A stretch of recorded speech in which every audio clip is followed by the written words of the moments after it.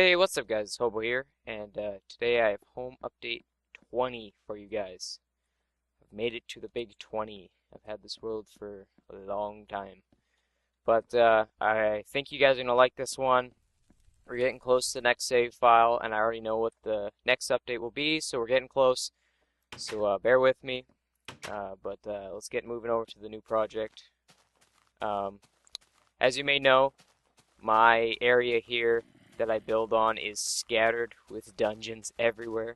Um, there's the one over there, there's one over there, underneath by the zoo, there's one kind of over there for spiders and all that good stuff. In fact, not too long ago I discovered that there is a double spider dungeon under the lake here, so I might make use of that. But having all these spawners kind of gives me the ability to, do special things. So with the most recent project, I decided to utilize one, and I made a shack. Yes, I made a shack, guys. You're gonna like it. This shack is very nice. It's only 5 by 5. It's not massive, but it's got a door, it's got a sign, it's got some torches on it, and the sign says XP Farm. So you head into the shack here. You head down. It's not a very tall ladder. Thankfully, it wasn't a extremely low dungeon. But you head down this ladder, and you get into the main area here. So we'll start the tour. I have my basic workstation here, obviously, the incinerator, water spring, all that good stuff. Here I have a iron door with a switch, just as a safety measure, because just in case, say, some kind of mob or something dangerous got all the way down here, and say you were AFK, sitting here with an auto clicker like some people prefer to do with their XP farms and just hammering away. You wouldn't want to die and lose all that experience, so that's just a safety precaution. It's not super important, but yeah, I just want to touch on that. I tried to put as many features into this as I could, so these aren't features, but these are the side rooms. This is storage. As you can guess from the signs, the XP farm is for skeletons specifically. So you'll have lots of storage for bows, arrows. Obviously, you're gonna get lots of those, useful.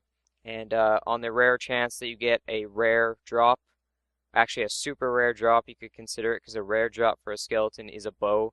The super rare drop would be the enchanted Power 1 bows. I have 2 chests here for that usually get filled up decently fast from experience, because I have made these skeleton XP farms before. So the room's laid out like this on purpose with the stairs and everything, because this is the height that allows skeletons to be the 1 or 2 hit with your fist, or 1 hit with like a stone sword or something. So it has to be this height. And I have it on this side of the room as opposed to like over here or something, because you want to be close to the dungeon as possible. As you can hear, they're spawning when I'm up here, but when I am down these stairs, they are less likely to spawn. Like there's a sweet spot kind of.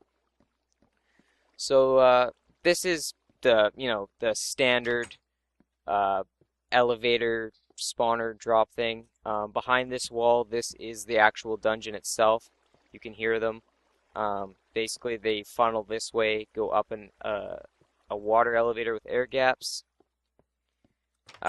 quickly pushing them away from the 8 to 10 block range, I think, that the spawner checks, so it constantly spawns them as fast as it can, 1 to 4 per spawn, and it gets them all the way over here, and it should drop them any second now. They're probably just going up the elevator. I can hear them spawning, so I'll just run through the features.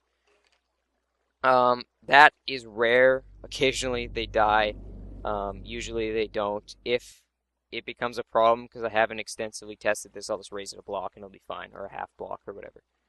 So I'll run through the features I implemented in terms of these 3 levers, and that should be the end of my little tour here. But basically, item pickup, this lever drops this half step buffer, because if you stand too close to this, they will be able to shoot down and hit you.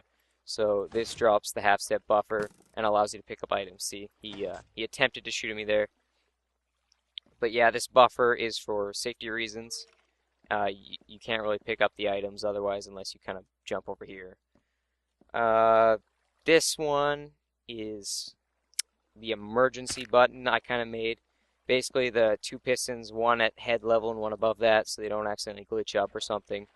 Push out and kill everyone in there. You obviously don't get XP, but it's kind of an emergency thing. Like say this broke or they started like funneling out, glitching out, something, anything.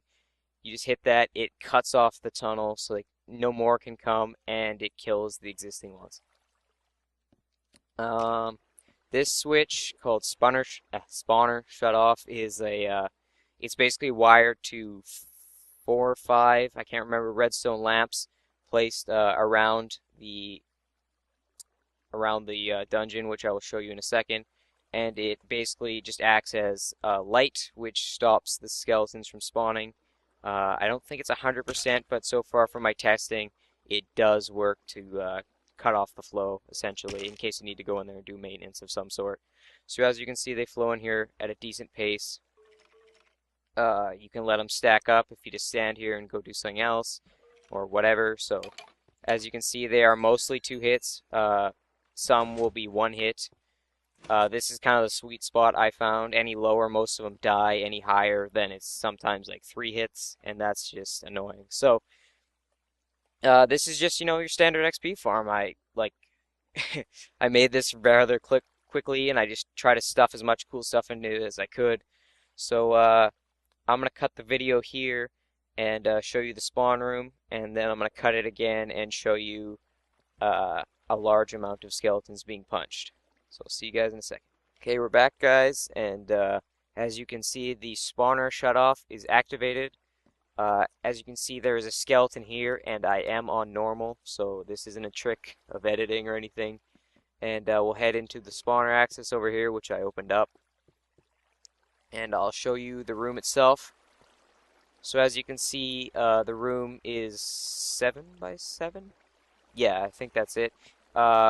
And basically how it works is it kind of has lots of room for the skeletons to spawn from this spawner right here.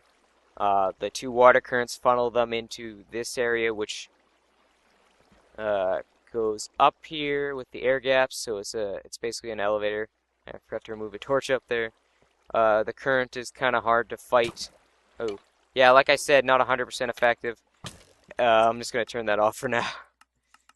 Not going to get trapped in there.